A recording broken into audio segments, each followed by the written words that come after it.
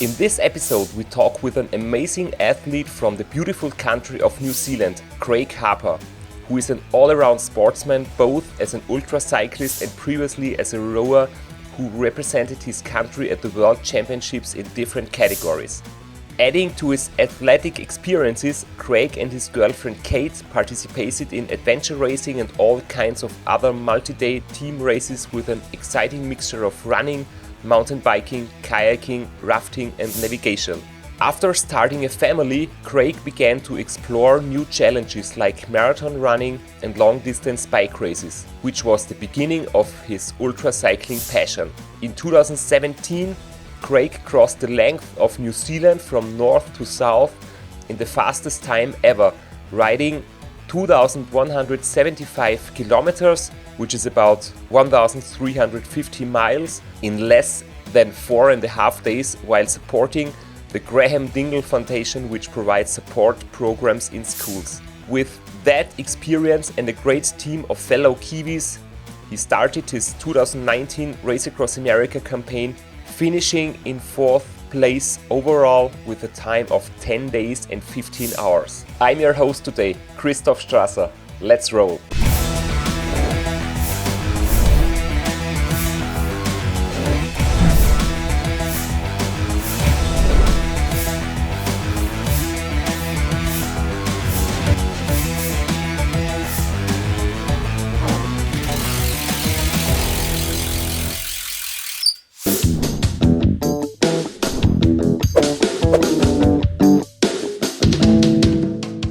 Hey Ultra family, welcome to another episode of Roadside with Christoph, which is a special edition of the Ultra Cycling Show, where I talk with amazing athletes from all around the world, just like we are riding together and chatting from our saddles.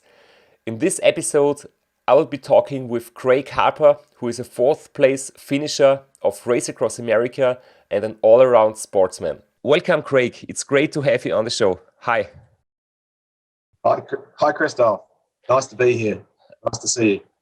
How are you? Are you enjoying the New Zealand summer?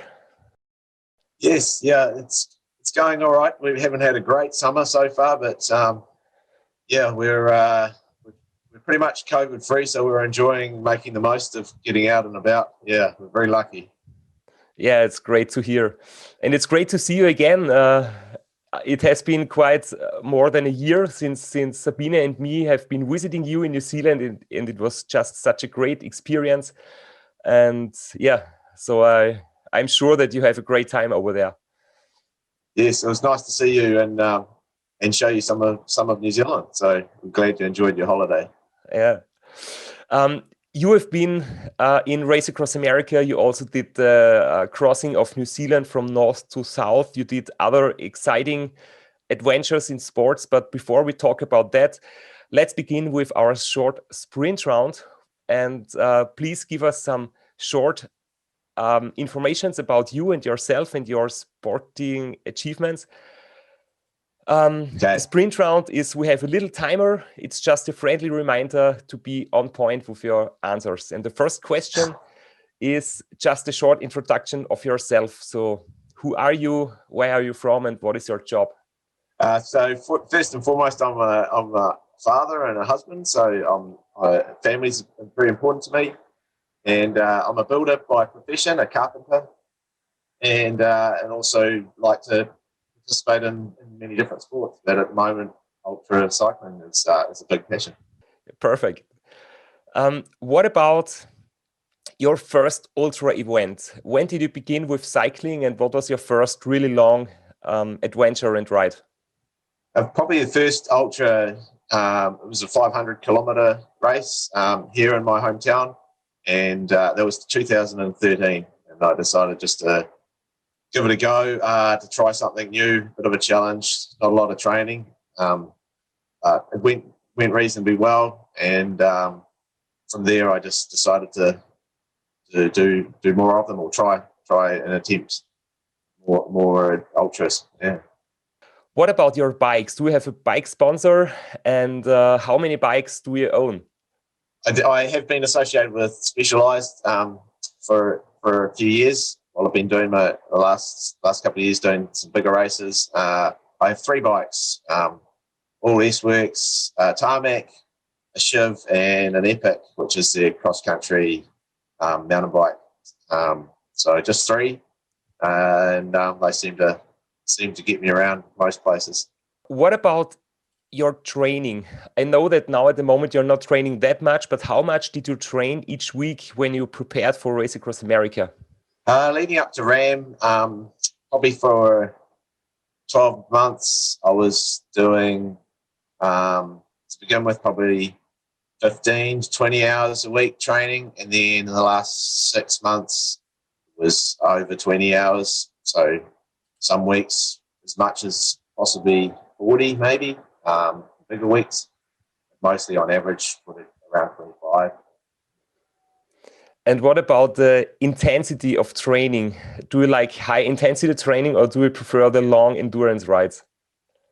I prefer long endurance rides, but at the moment, time is restricted, so I'll probably keep it shorter and do intensity just to try and keep a level of fitness. Yeah, so I like both, but I probably prefer long endurance rides. Yeah.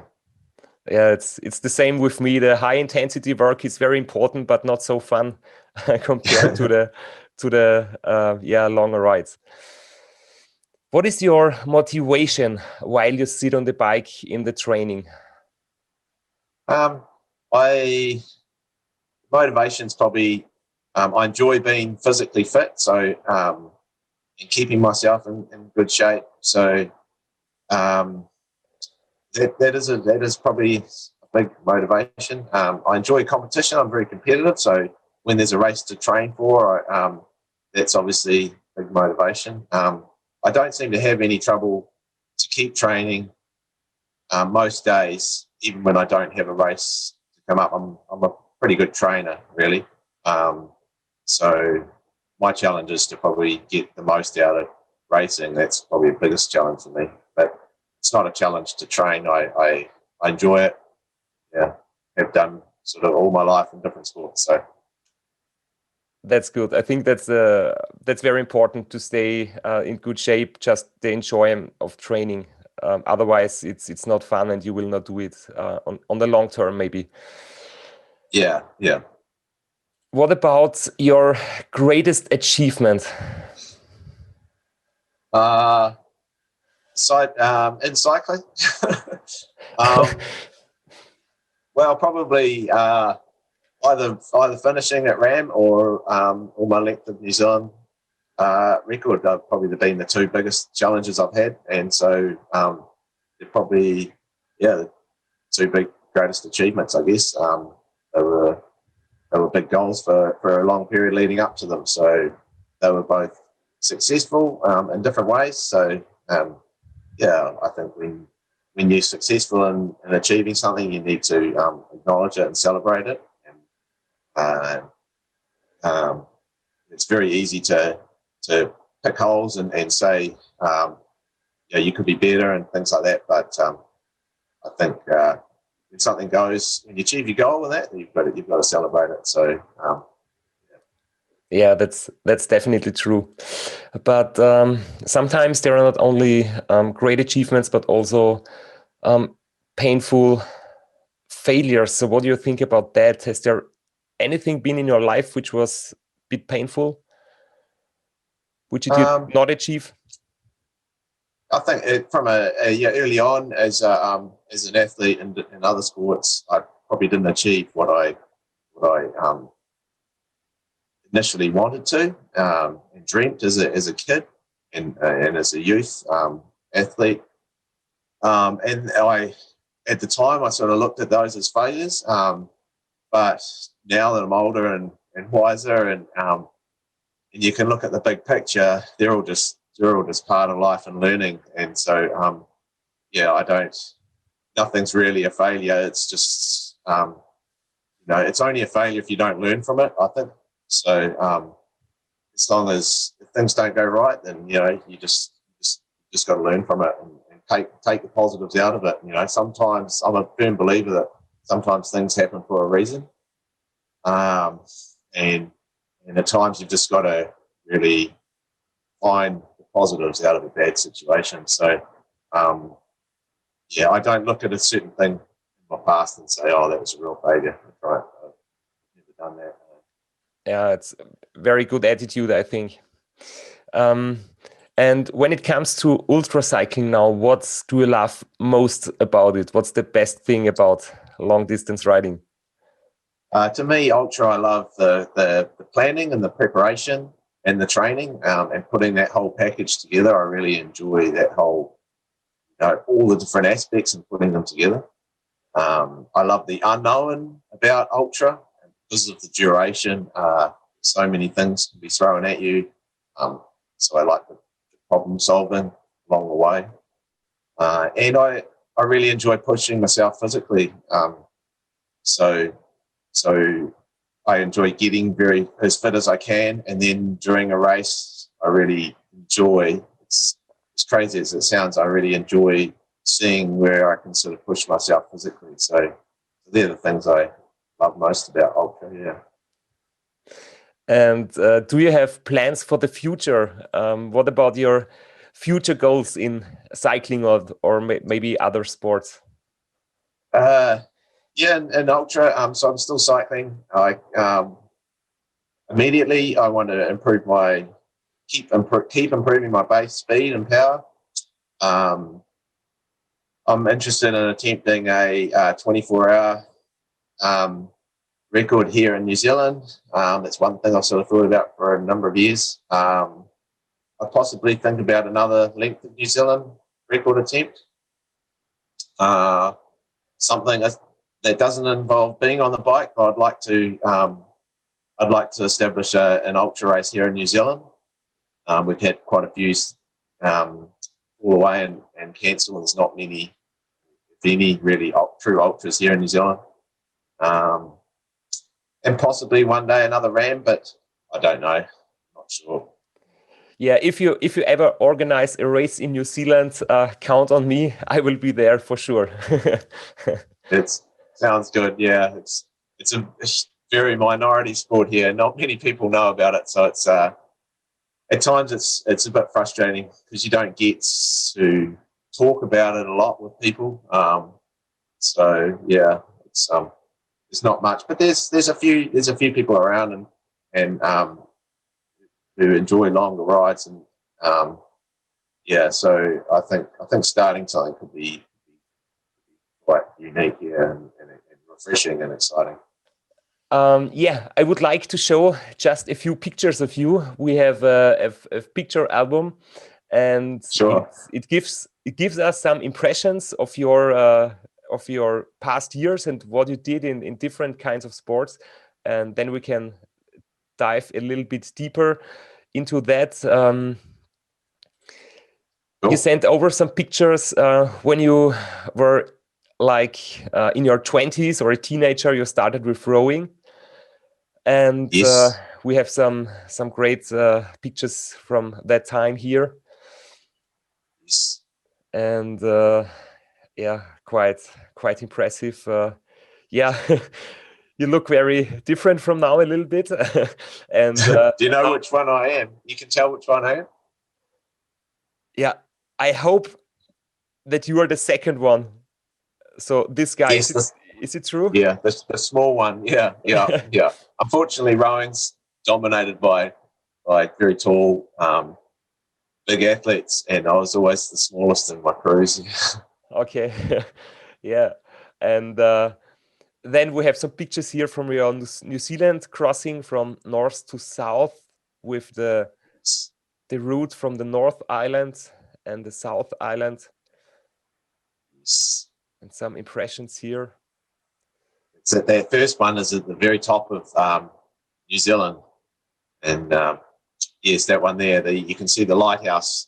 Just my wife and I looking over the lighthouse at the very northern tip of New Zealand. Cape Reinga is the name of it. And it's a very spiritual place, very special place. Yeah, great. And here are some more pictures. Is this about your charity? No, this is this was about halfway down New Zealand, and I met with the previous record holder. So his name is Colin Anderson, and he had the record for the length of New Zealand, and he was the one who told me about the record and said I should have a go at beating his record. He thought I could beat it, and he planted the seed and the idea, and he was very supportive right from day one, which I think's really, really cool, and I think is typical in most ultra athletes. They sort of support each other, and I want to do the same again to someone one day. And Colin met me out on the street, and I went through his hometown, so it was a very special moment. Great. Then that has been the transport from the North to the South Islands by helicopter, yes. which is very exciting. Which is very common in New Zealand, as I found out, because for us here, like in Austria, nobody ever enters a helicopter, but for you, it's like daily business or something. Yeah, it looks like I'm going to work, doesn't it, or something? The helicopters provide a lot of tourism business in New Zealand, so there's quite a few businesses around, and it's obviously very coastal and scenic and mountainous, so they're a very quick mode of transport. But we don't have many options. Crossing between the north and south is there's a public ferry, and there's obviously planes that fly, but the most direct is a helicopter, and the quickest, obviously, by a long way. So when you're doing something like a record attempt and you want to be as quick as possible, it was the obvious choice. Yeah, of course. And then we have some more pictures here. Then you met your family on the South Island. Yes, That's my daughter's just on the last afternoon, about 100 kilometres from the bottom of New Zealand. It's a favourite picture of mine. They flew down to the bottom of New Zealand, and they came in and up the road and met me and cheered me on as I was nearing the end. It was very, very cool. Yeah, it must be a great emotional moment and a great motivation for you. Yes. Yeah, of course. And then I also have this picture here, and yes, this is Mark Beaumont from Scotland, who 2 years ago completed round the world in 80 days. The 80 days of cycling slashed the record by a long way, and he rode through New Zealand, and I rode with him for 3 or 4 hours as he came through our hometown. It was quite cool to meet him and chat along the way and help him along. Okay, and here you finally made it to the finish of to the bottom of the South Island. Yeah, it's a town of Bluff. It's called. It's the very bottom of the South Island. So, a famous signpost there, and celebrate. Yeah, great. Maybe you could tell us about your beginning when we look back to rowing. You had a great team. You did a lot of competition, and your big goal was to make it to the Olympic Games. Yes. And how did it go? How was it like? How was the experience for you? Yeah, so I rode at high school, and it was a big part of my life. And I had an older relative who had rode in New Zealand, and his great uncle, and I had this aspiration from a young child to row for New Zealand and be successful there. And so through high school and for about 10 years after high school, I was involved in rowing, and that meant shifting towns to be based where the New Zealand crews were. And I was fortunate that it took me around the world, a number of places, competing World Cups and World Championships. Right from a junior age, under 19 to under 23, and then senior rowing. But I stopped rowing and I was about 26. I think I finished. So I was I didn't do it for very long. I had this huge aspiration early, and for a couple of years I just wasn't enjoying it, and decided to retire and try a few different sports. And my wife, my girlfriend at the time, Kate, she had just finished her career, and she was starting to participate in some adventure racing, which is a mixture of mountain biking and trekking, kayaking, rafting, and abseiling, and it was really adventure sort of based sport. It used to go for multi-day races, and she was doing this, and it seemed to be having a lot of fun, and I was still rowing, and so I decided to retire and join her doing some of these events, which seemed like fun. So I started participating in quite a few of those adventure races. Some mostly 24-hour races, but some of them were 5-6 day races. So they were I guess a learning and a lead into what now is a big aspect of ultra cycling, managing crew and teamwork and physical challenges, sleep deprivation. But the adventure races, they have not been like solo races, they have been team races. Is it true, or is it Correct. both of it? Okay. No, so all team races. They were traditionally teams of 4, and they'd be mixed teams, so they had to have at least a female in them. And they were really unique. That team aspect I really enjoyed, coming from a team sport of rowing, and the challenges that involved and the dynamics between different people. Someone's always on a high and someone's always in a low, and dealing with the ups and downs of different sports, but also of the different disciplines. The human dynamics were really fascinating to me, and I really enjoyed it. But let me ask you again, because I have prepared something for you. You had the dream of going to the Olympic Games, and Yes. In rowing you did not do it, but you found a different way to be there. What about that?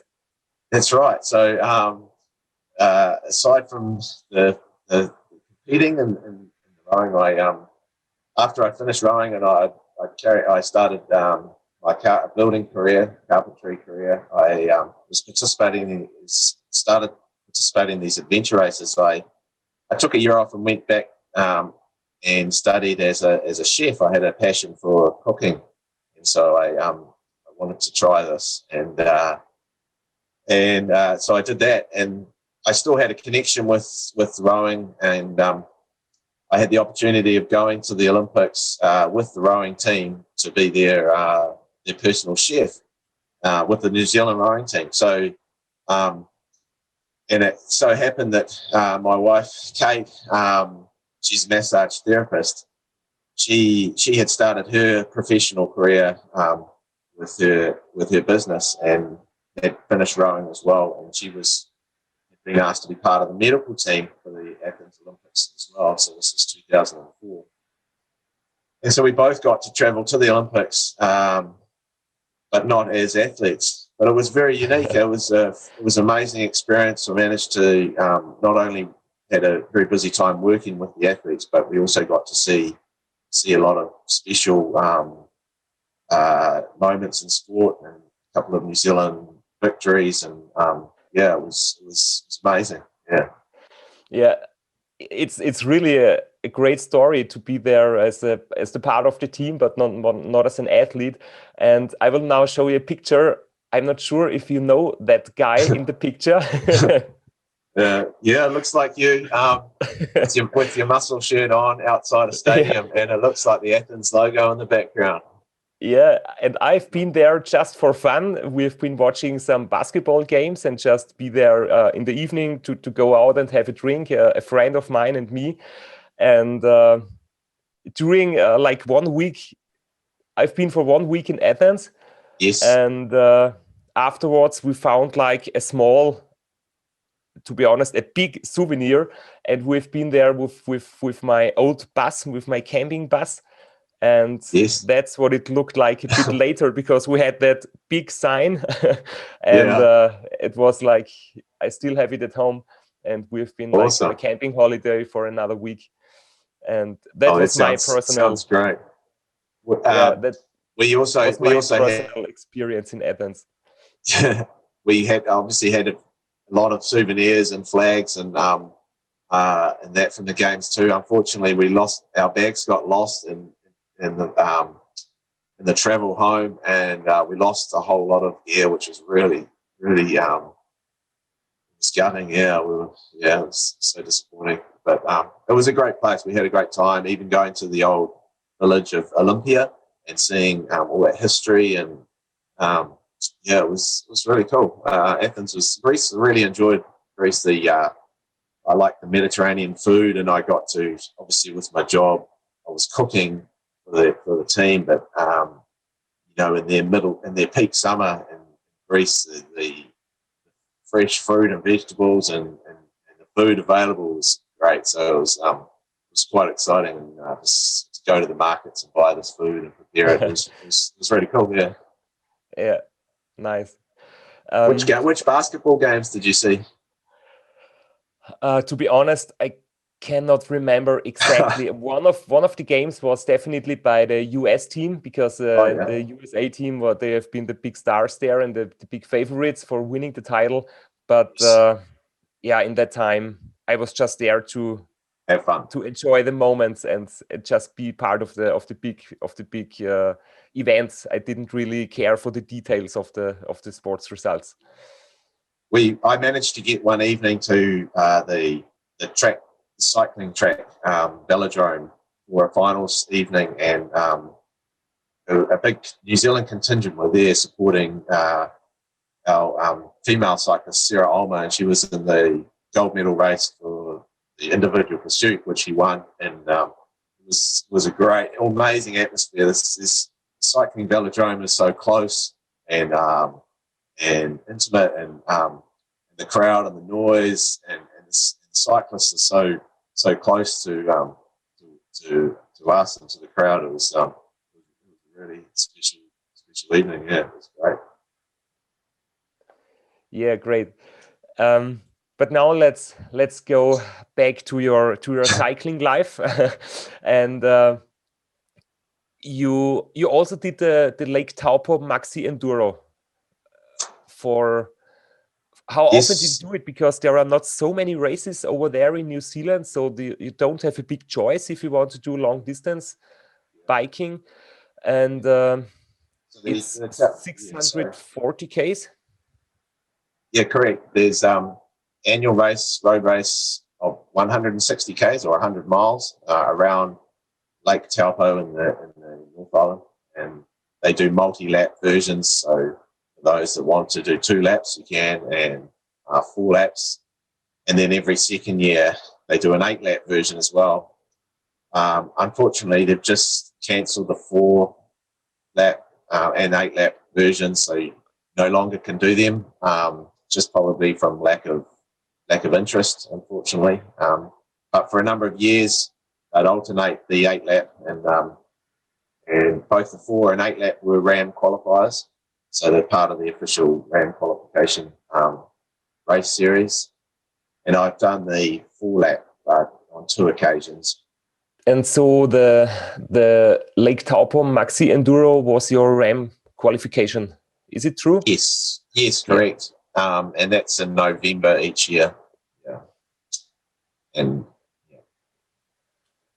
but you did not only do that race to qualify and prepare for RAAM. Of course, you did the New Zealand crossing from north to south, and this was something I was reading on your homepage, because before you came to RAAM 2019, of course, I was like looking to the other riders and do a little bit research about the background of the other riders, and I was reading that you did the cross New Zealand from north to south, but I didn't realize how difficult it must have been, because at that time I just knew New Zealand from the Google Maps or from the card, but I've never been there. And just after RAAM, as I have visited New Zealand, I saw that the roads are really a lot of up and downs, and sometimes very steep, and the roads are very small and a lot of curves. So it is not a real fast tracks. You cannot go very fast over there. So I think it must have been really hard for you. Yeah, the terrain is very undulating. While the length of New Zealand was about 2,100 kilometres. Not sure what that is, maybe 100 and, sorry, I don't know what that is in miles. And it took me just over 4 days. So, I mean, not blistering speeds, no. And the total climbing is not huge, but yeah, the roads are not fast. Sometimes the seal is quite rough, and and a lot of towns to navigate through and that. So it's not a particularly fast road system. I had a unique challenge with my length of New Zealand record attempts. About 3 months prior, we had some quite severe earthquakes in the South Island of New Zealand, and the main road system was completely destroyed. It's in the South Island. A lot of the road is down the east coast, right on the coast, and between the coast and you've got the coast and the road, and then very high mountains immediately there, and a lot of these mountains came down over the road and destroyed the road system, which created havoc in New Zealand for transport with freight and things like that. And the alternative was an inland road. We have the picture here with that situation. So I had to ride inland and then go over a mountain pass on the mountain bike. Through farmland, and a high alpine pass was probably the next best option. So it added time and a little bit of distance on to the overall journey, but I was still able to beat the record, thankfully, and complete it. So it was an added challenge to that. So and you also supported charity. That was the very good thing about it. So it wasn't just for you and for your preparation and training, but also for charity, for the Graham Dingle Foundation. That's right. Yeah, it's a national charity. Helps youth, kids, and it became part of the purpose of my ride. And aside from the record attempt, it was not just about breaking the record. It was about felt passionate about being able to do some good, so provide some sort of inspiration of that for others. So it was really great, and to be able to carry on and work with kids since in various ways it's been really rewarding and means a lot. Yeah, great. It's always great to combine athletic feature and sportive goals and charity things. That's always the best thing. Yeah, of course.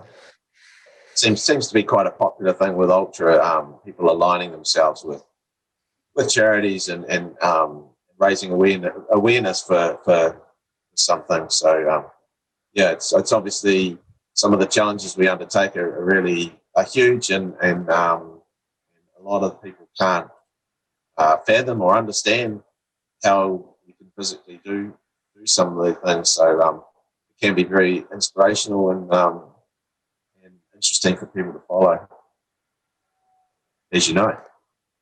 Yeah, definitely. And from that time on, you had about 1.5 years until Race Across America, something about that. About 2.5. Yeah, it was. I didn't know really about RAAM then. Well, I knew about it. I had followed it online, but it wasn't part of the agenda. So over the year after that, it was kind of like, right, what's next? And it was just talking to my sort of core 4 or 5 crew,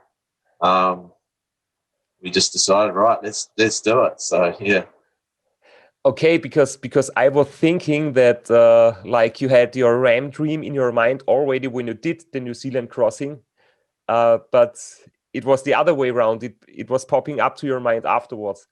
I think so. In reality, yeah. I knew about RAAM and I thought, oh, that'd be amazing one day to try and do, but it wasn't really realistic. And then after doing the length in New Zealand, it was like, right, well, I've done that. I know that I can ride for 4 days non-stop. Can I ride for 9, 10, 11 days non-stop in a foreign country with all that added challenge of logistics? And so that became a huge ambition. And yeah, it's great to look back on now.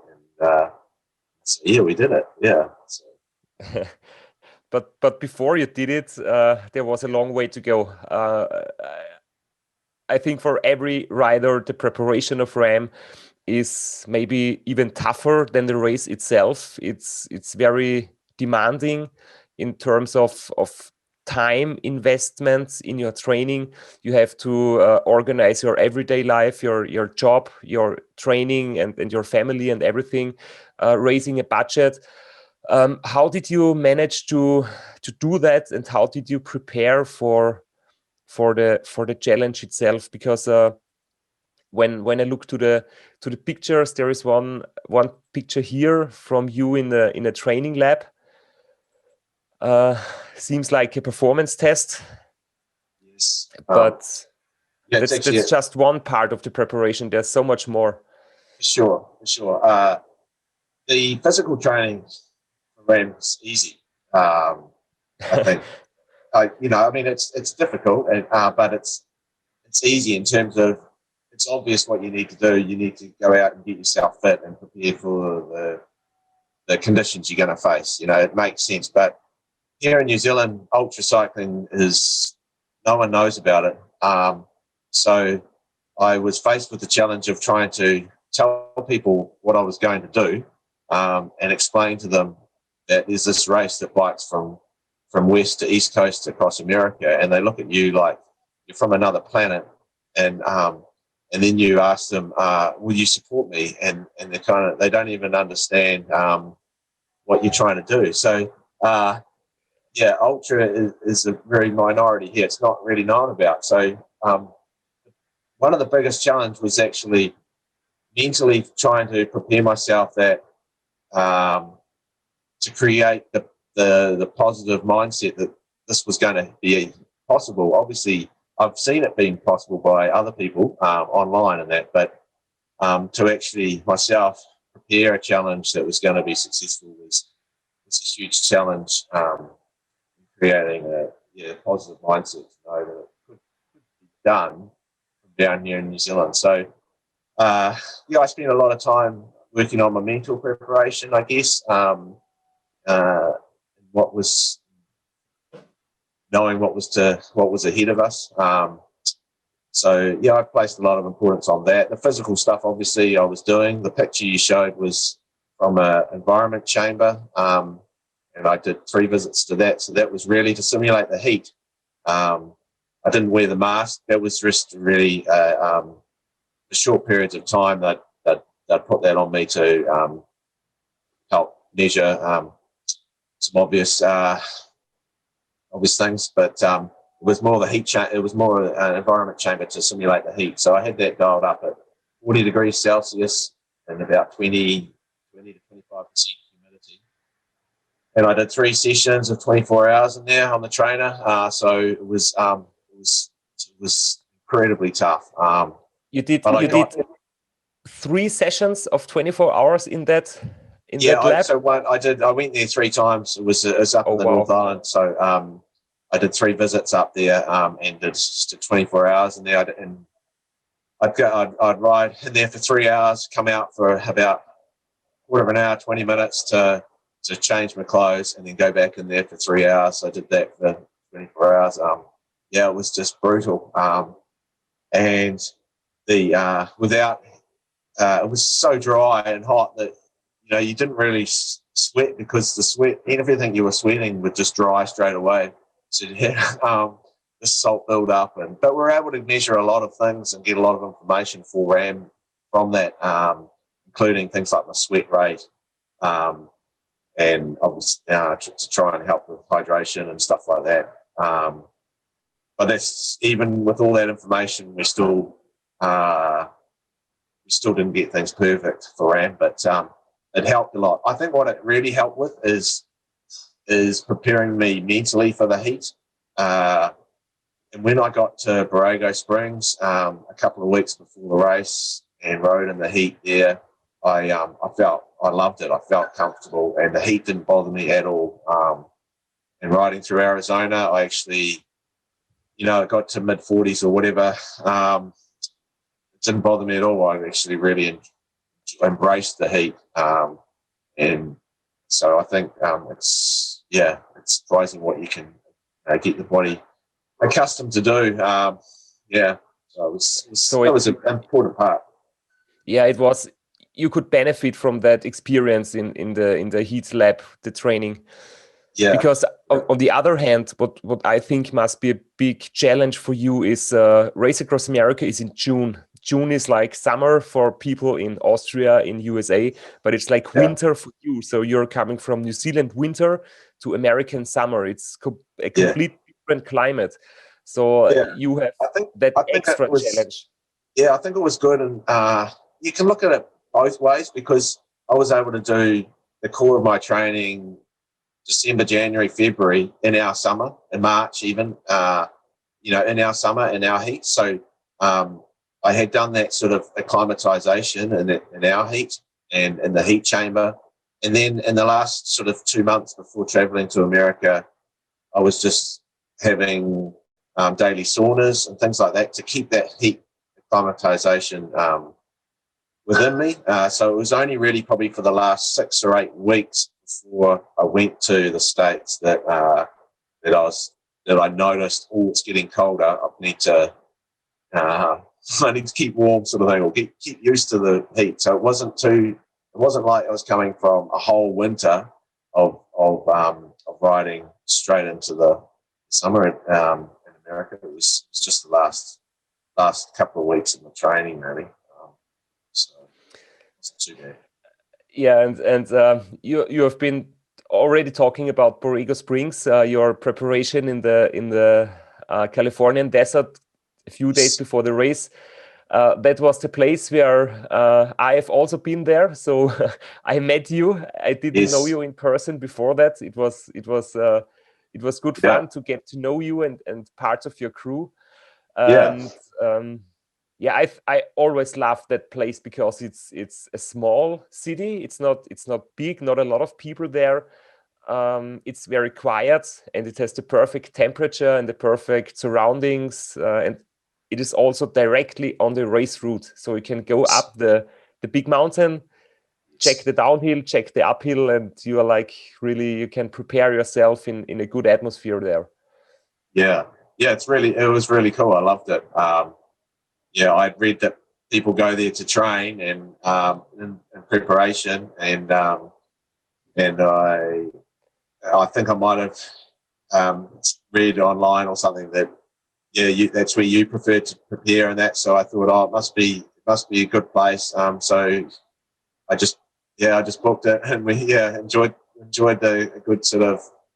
We went 2 weeks before the race. So I think if I was to do it again, or if I was recommending other people, definitely be especially from a foreign country. Obviously, maybe within the States it would be different, but I think it was perfect build up to in preparation for the race, and being able to climb and descend the glass elevator, a number of times was really good preparation. And when I came to the race, it wasn't so wow, like, oh my God, where am I? I sort of, for the first day and evening, I knew exactly where I was, and I knew what to expect, and that really helped with the nerves and feeling positive on the start line, as opposed to really wondering where you were going. Could you also get some information, because there is one a rider from New Zealand who has done races across America before.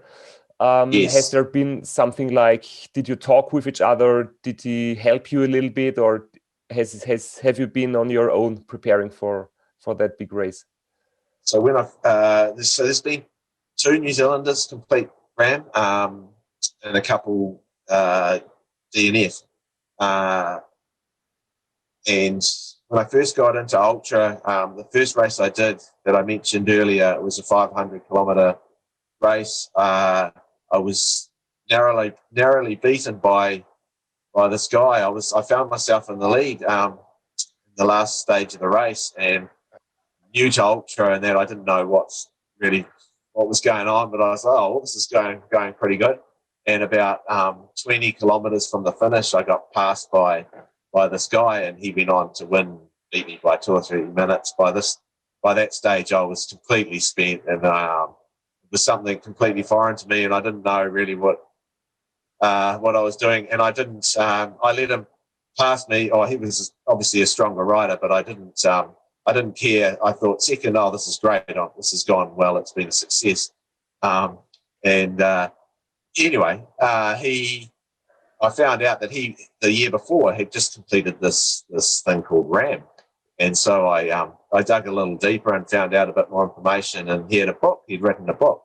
And so I read the book, and I guess that's where the knowledge of RAAM first started, was from him. His name's Josh from Wellington. So I read the book and gained a lot of information from that. And we met with one of his crew leading up to RAAM to really talk about logistics and how they work their crew rotations and some of that sort of information. But actually the race, and for me, the preparation physically and preparing on the course, I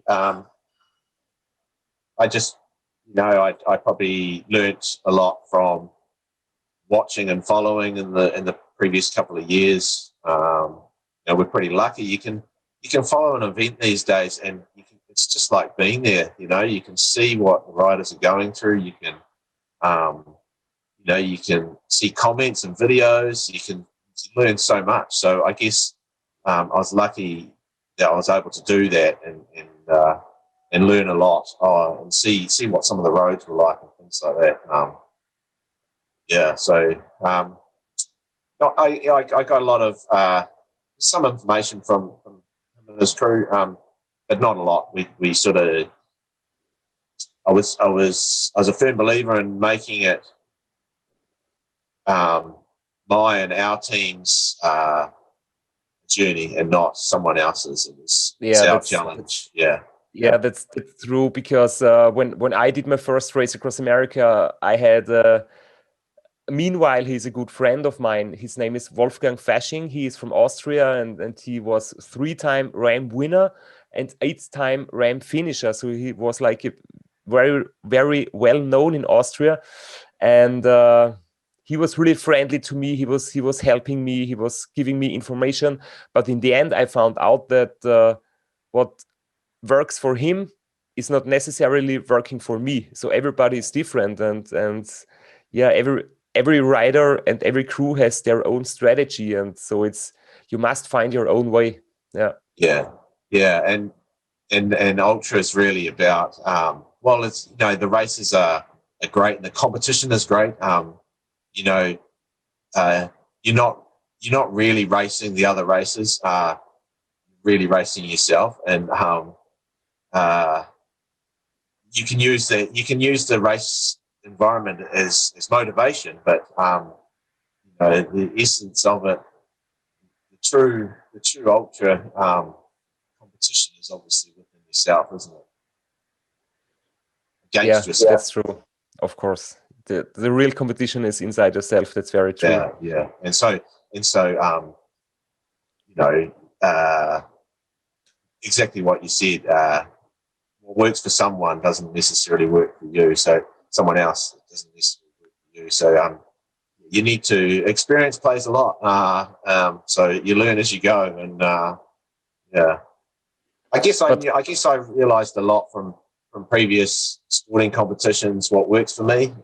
So, when it came to things like sleep deprivation and that, it didn't scare me because I'd experienced it before, and I knew what worked for me and what didn't. So even though they're completely different sports, things like the adventure racing gave me a lot of experience in other ways other than pedaling. Yeah, but for me, because I was very young when I did my first RAAM, I was 26 years old, and it was just a big honor for me, and it gave me a lot of confidence that my big role model, a 3-time RAAM winner, even just took the time and talked to me. So not the information itself, but just that he took time to tell me a few things. It was just great for me. That's awesome. Obviously you've carried on that belief. You're so willing to share information, with others, and after so many years of successes, you're able to share all that, and it's great. It's healthy for the sport. Yeah, and I think that's probably a huge reason why so many people admire you, and that is not your wins, it's your willingness to be a nice guy and open up and share some of your experiences and lessons. Yeah, it's great. Yeah, thank you for saying that. And I always think I'm not afraid that somebody will like learn too much from me or like beat me or something, because everybody has to get his own lessons, and it will help any other rider maybe to enter the sport or to make it to the finish line. But if you really want to be like improving yourself and getting faster, you have to make your own learnings. So yeah, I like sharing and I like to inspire other people. That's definitely a big motivation for me. Sort of, it proves that it's not RAAM or other ultra races. Ultra is not really. It's not so much about the bike. There's a whole lot of like continue to talk about. There's a whole lot of aspects of ultra other than pedaling, and it's just one of those, I guess. Yeah. When you have been on the starting line of RAAM, I have again some pictures here. That was from your training session at the top of the glass elevator before going down. But then when it came to the race, you seemed, at least on the pictures, you look like you have been very relaxed. Is it true, or is it just a Kiwi spirit of being relaxed, or how did you feel when the race was to start? I think a big Kiwi way is having fun as well as being competitive, and doing your best. There's more to life than just your sport or your profession or whatever. So I'm a big team player, and I really enjoy the team aspect of things like this. So we definitely tried to have lots of fun, and obviously when it comes down to the business time, you've got to be serious and treat the race and that with respect. Absolutely. It wasn't we weren't there joking around and all that. It was just we've all got to try and have a laugh and enjoy ourselves. So I think it helps relax you too. If you get too wound up in the preparation and the numbers and the data and the science and all that, you can soon find yourself sort of just not smiling. And I think we've got to have some fun. So And to me, sometimes it feels like a sort of relief, because all the preparation stuff and all the things you have to think about and to plan and organize when you're on the starting line, you can leave that all behind. There is just cycling. Absolutely. So things are becoming much easier in the race than compared to before the race. Yeah, and since RAAM, I'm talking to people, explaining to people what what it's like, because as I said, not many people know about ultra cycle races, let alone RAAM here. And I explained that for me as a cyclist, once we started, it was easy because all I had to do was ride my bike. My crew had the toughest job, ensuring that everything obviously ran like clockwork, and we didn't have many penalties, and we got across safely. It was sort of our big goal, to finish safely. And the just riding the bike is easy, but I just that picture you showed, like at the start, I think when I look at that, I think I just felt at the time, I just felt incredibly grateful to have the opportunity to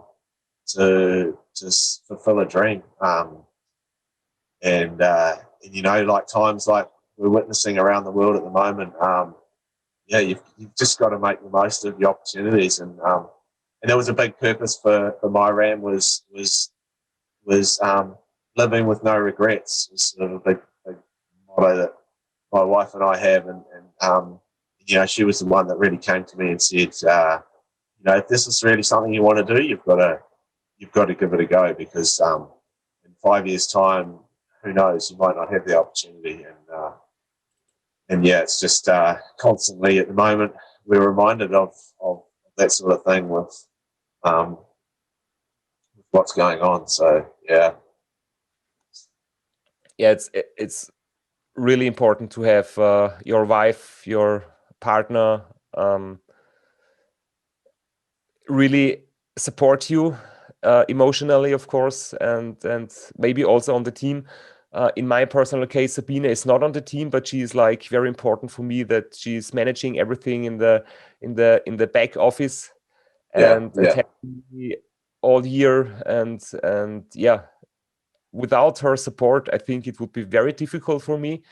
And also the feeling, if you know that the people, your family, your best friends, they are like, they want you to achieve your goal and support you on an emotional way. I think that's really necessary and helpful. When the race was going on, what have been the biggest challenges for you? In RAAM, and also in the length of New Zealand ride, which is about half the distance, the biggest challenge for me is probably getting my hydration right and fluid balance within my body. And I never really got it right for either of them. I finished RAAM, I think, about 8 kilograms heavier than the start. The fluid retention is probably a big hindrance. So that was probably the main challenge. As I said, I felt okay with the heat and the climate. I don't mind the cold weather, so you don't get a lot of that. The climatic conditions weren't a problem. The mountains, I don't think the climbing is not an issue. It's I think it's managing yourself physically. General health is probably the biggest challenge. And so for me, my biggest one was the fluid retention, which is, it's terrible. It sucks. So we can see that in some pictures here. There are the beautiful shots of Monument Valley, of course. Yes. And in some other pictures, we can see that problem that you described, and the same problem I know very well, because the water retention in your body, a lot of, like in that picture, it's really a big difference to the picture before the race. You have a little bit swollen face and pumpy face. And just it is really... you feel terrible. Your performance is way down. It's and when you start to get it, it's very hard to. I don't think it's probably physically possible to carry on and reverse the process. But we did as much as we could. I had to have or we increased my sodium in the nutrition to try and bring out some fluid, and I ended up having about a 6-hour rest in Missouri somewhere, I think, just for a longer sleep break, about a 3 or 4 hour sleep break, to try and just maybe give my body a little bit more recovery. And the next day, I think I felt a little bit better. And I don't think it probably got much worse from then on. We managed to sort of manage it as best as we could. But once it had started, I think it's probably almost impossible to get rid of. But yeah, we're lucky it didn't get as too bad for me to have to pull out. But,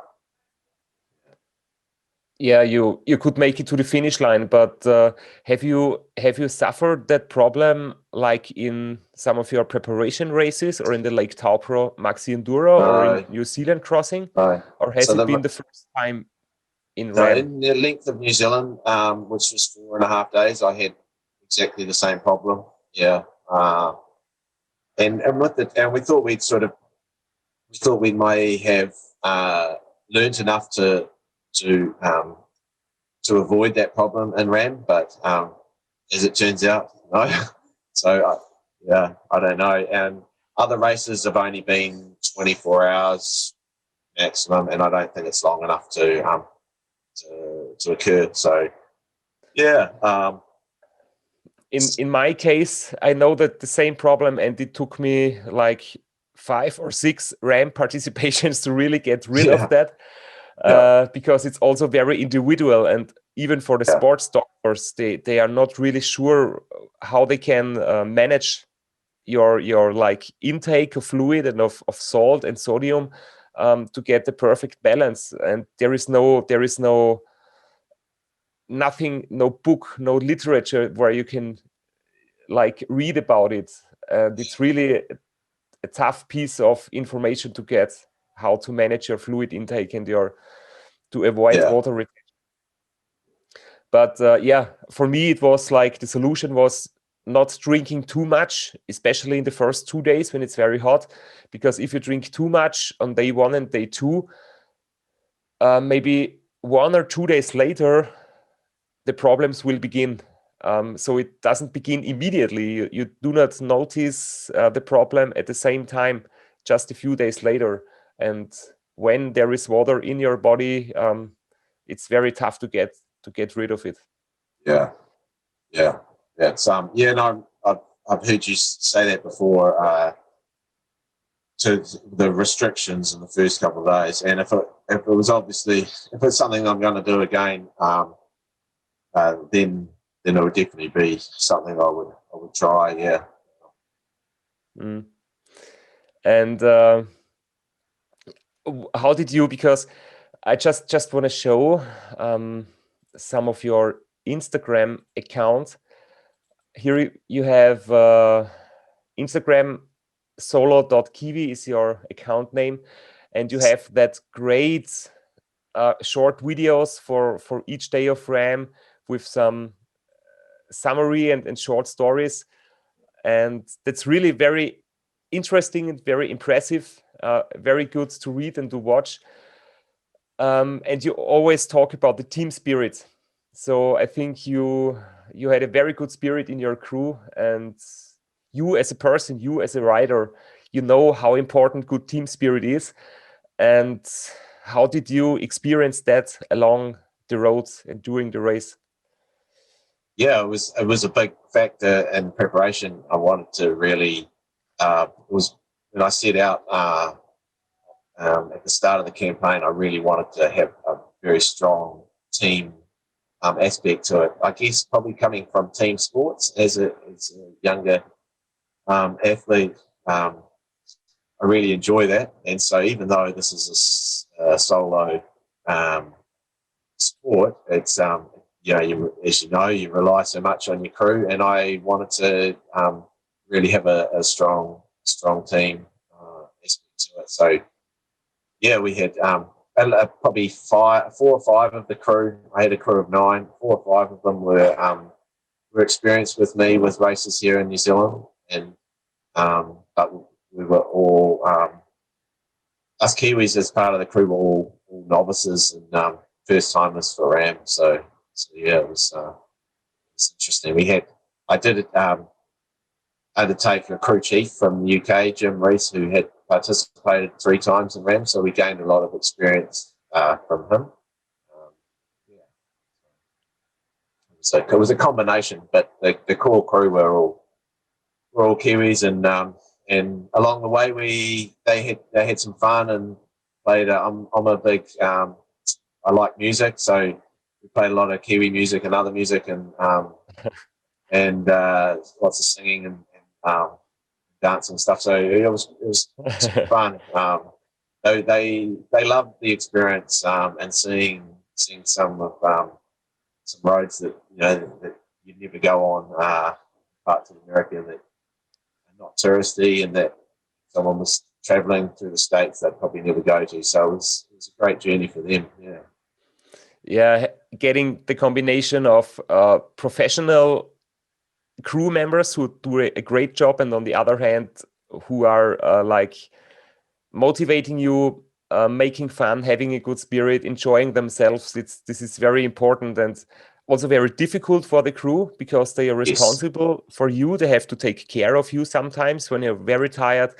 But on the other hand, they must be the perfect motivation for you, and a good crew can do both of that. Because if a crew is like boring, if they do not talk too much, it gets very tough for the rider to keep up the motivation. Yeah, absolutely. Yeah, and here we have the picture of the solo Kiwi team reaching the finish line.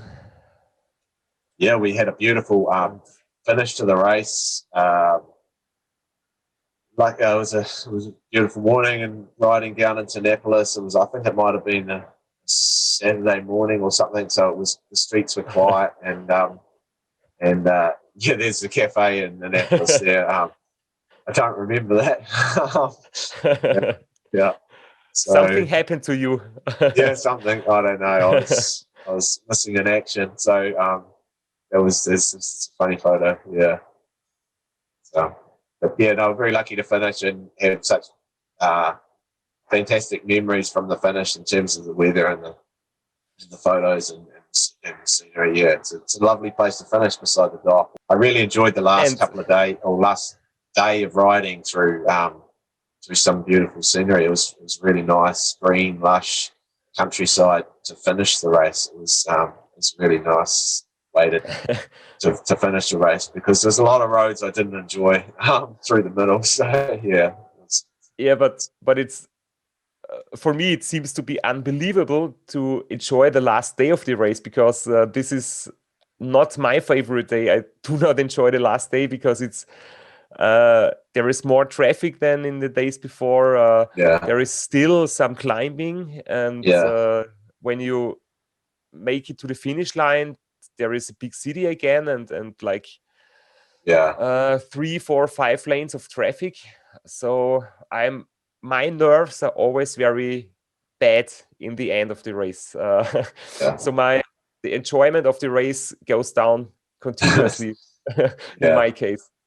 I guess I knew by then that I was probably going to finish, and so sure, physically I was a wreck. I had bad saddle sore and knee issues, and it felt like a elephant man. But apart from that, I knew actually that I was going to get to the finish, and so I guess that all that physical stuff slowly dissipates and goes away when you know, this is going to happen. We're going to get there. So it's okay. So, can you remember how many hours of sleep did you get during the whole race? It's been a while. I've noted it down. It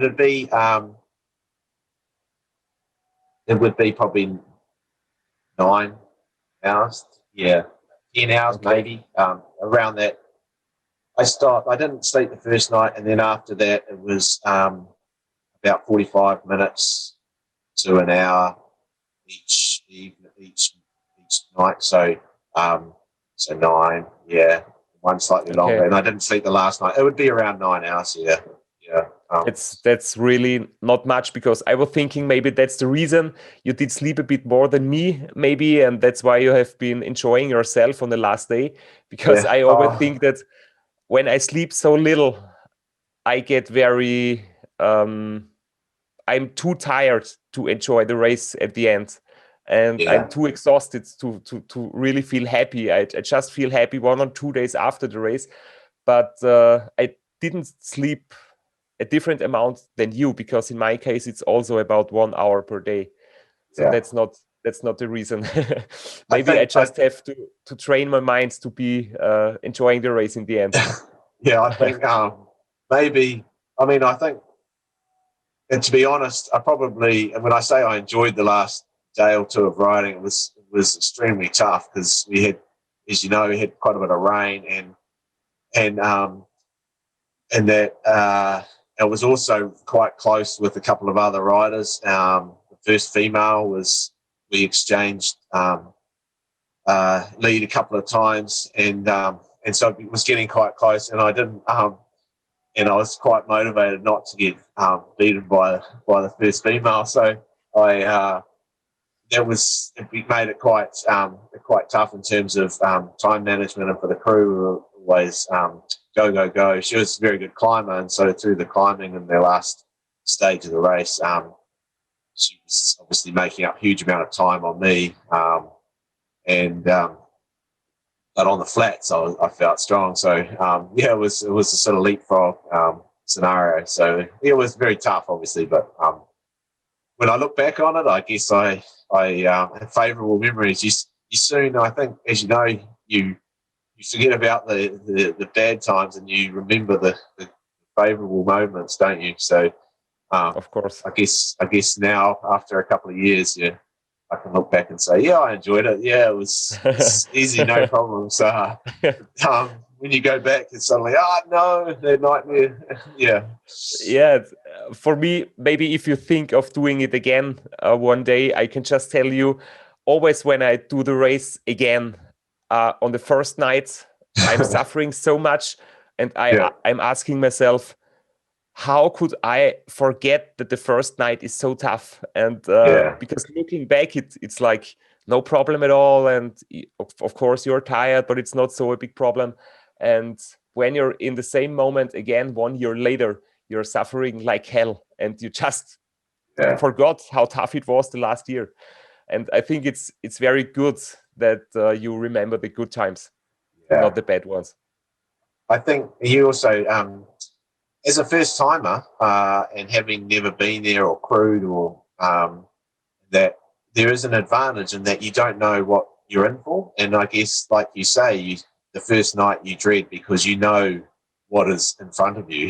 You know there's going to be some extremely tough times. And I'm not saying that I started the race not thinking there would be tough times, but I didn't have any preconceived ideas as to which areas I might struggle in. And so I guess yeah, it's an advantage when you're a first timer. You can treat it with an openness that and make it positive and say, well, I've got no preconceived ideas as to that the Rockies are extremely tough, or I struggled really badly there last year, so I'm dreading of going there again because I know that last year it was so tough. So yeah, does that make sense? Do you understand? Yeah, I think so, of course. Yeah. So I guess yeah, it's one positive as a first timer. Yeah, Yeah. true. And one rider, a female rider from Austria, Alexandra Meixner, she was also in 2019 RAAM. She always says she did a lot of races. She did like 10-time Ironman and some crazy stuff also in triathlon. And she always says she only does every challenge once because she never wants to do Yeah. a challenge again. But Yeah. RAAM was the only event ever she did 2 times. Wow. But she has she always says she prefers not to know what is in front of her. So if she has no experience in that special event, it's easier for her than if she repeats it and knows what to expect. And how did she go in her second RAAM? Did she improve or? She finished both times. Yes. But her big goal was to make a good improvement on her second attempt. But the improvement was not huge. I think it was about the same time. But to be honest, I'm not sure. I have to look it up. Yeah, I know. And when RAAM was over, you enjoyed life for a while and reduced your riding. Yeah. So what about the time after RAAM? Came home pretty much immediately after RAAM. It's 3 days later. Very keen to get home and see family and see my daughters and spend some time with them. And it took me a while to get back into a balance in life with work and I have my own building business, so it took me a while. I'd taken 6 or 8 months off work, and it took me a while to get back into that routine and not have that big goal. I remember just the other day listening to you and Adam. It's Adam Bickett from US, talking about that that balance between, when you don't have that goal on the horizon. And I struggled a little bit, but I had my family to support and keep me busy, so that was okay.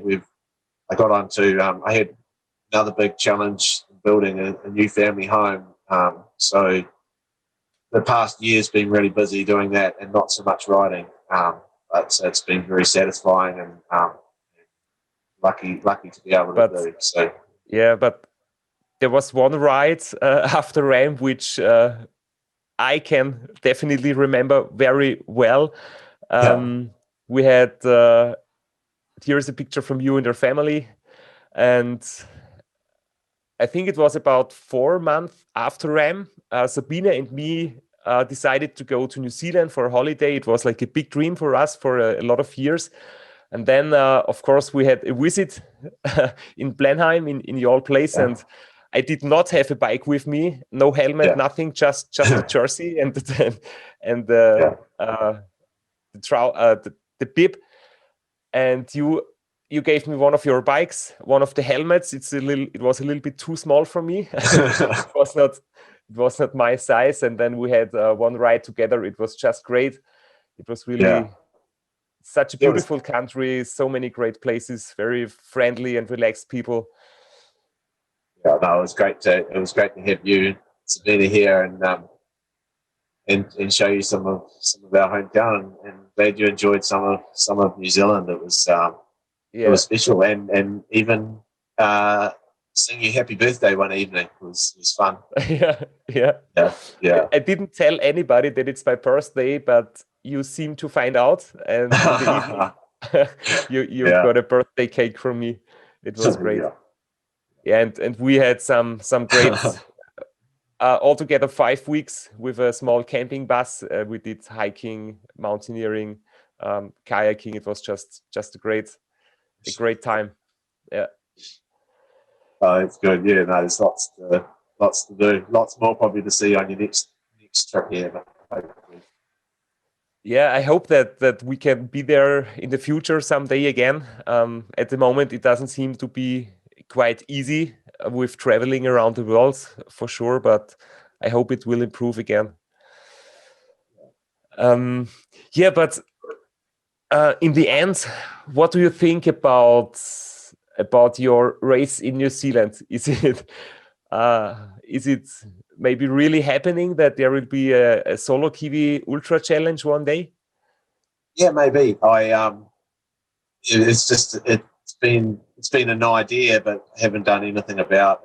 And just recently, I've been thinking about trying to start that process, and it's obviously not easy, but Yeah, I'd like to think, especially with the lack of other long races here in New Zealand, or there aren't any anymore, that it could hopefully be a success. But I need to work on that in the sort of coming months and see if we could maybe make something happen. But I have a great course in mind, so yeah, that's not a problem. It's actually getting everything together to make it happen. But who knows? I will keep you posted.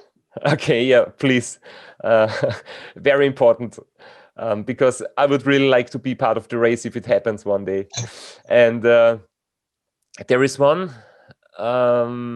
last thing, because a few days ago I was posting on my Facebook account a statement about Race Across America, and that my personal decision is I would like to do it again in the future, but not this year.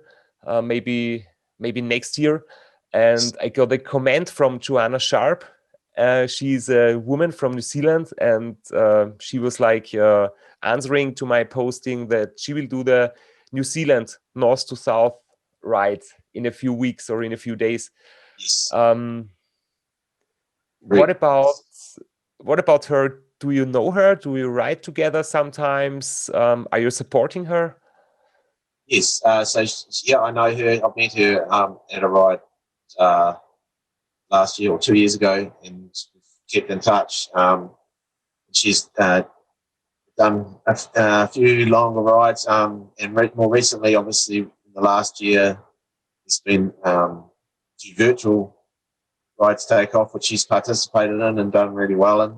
And yes, on the 1st of February, so in just a couple of days' time, she's attempting a length New Zealand ride, and wanting to establish a women's record, maybe even break the existing record. So yeah, I wish her well, and I will be supporting her when she comes through this area. I'll be helping out with some vehicle support. Obviously, I cannot ride with her as part of the rules, but yeah, I've been in touch with her and offering her some advice and trying to point her in the right direction with some things. So hopefully, she has a safe and successful trip.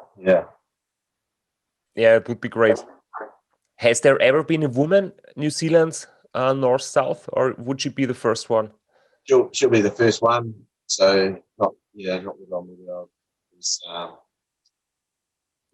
She'll be the first one. So it'll be great to hopefully expand the ultra family within New Zealand, and perhaps raise some more awareness to such a record. There's an annual race down the length of New Zealand, but it's on a different course, and it involves going off-road, and is 3,000 kilometres long, so it's quite a bit longer and goes zigzags down the country. That's out annually. But this is something different. I guess a record attempt is choosing the fastest route, and it's non-stop and supported. That tour Aotearoa that I talk about annual is a non-supported ride. So it's people on bikes with packs, and it's not encouraged as a race. It is a tour, so it's they prefer not for people to do it in under 7 days. So it's some people take up to 30 days to do it and enjoy the country. So it's kind of more of an adventure. It's obviously what we're referring to as a point-to-point distance record attempt. Yeah, maybe I would like to do that one day.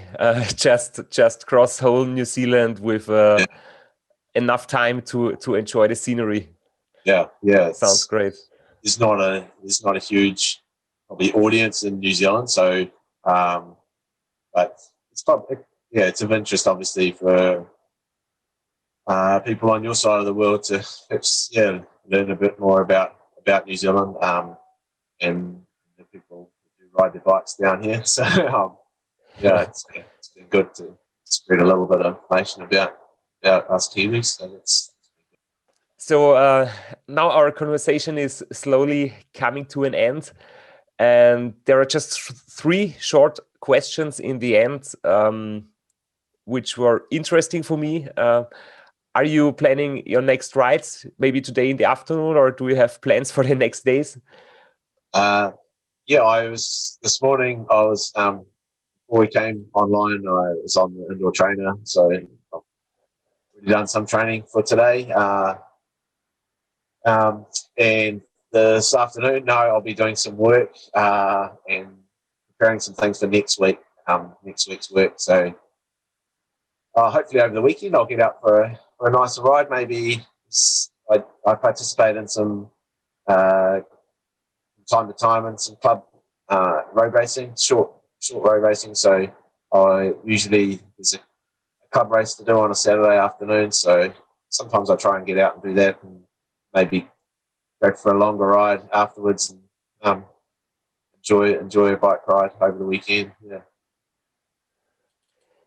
Sounds great. And what about your bicycle maintenance skills? How would you rate yourself when 1 is very bad and 10 is like you're a perfect mechanic? I'll probably 3 or 4, I suppose. I'm okay at some things, but there's definitely some things I wouldn't attempt. That's why I try usually to go to the bike shop. But I'm okay. I was okay. I was better before electronic shifting, and now there's not so much to do as far as shifter adjustments, but there's other things involved. Maybe a 3 or 4 somewhere. Okay, but not great. Perfect. That's I think quite average of most of the other riders, maybe a bit above average. And the last question is: do you have a suggestion for a nomination for a future episode? Any rider you're interested in, or any personality you would like to see on the show?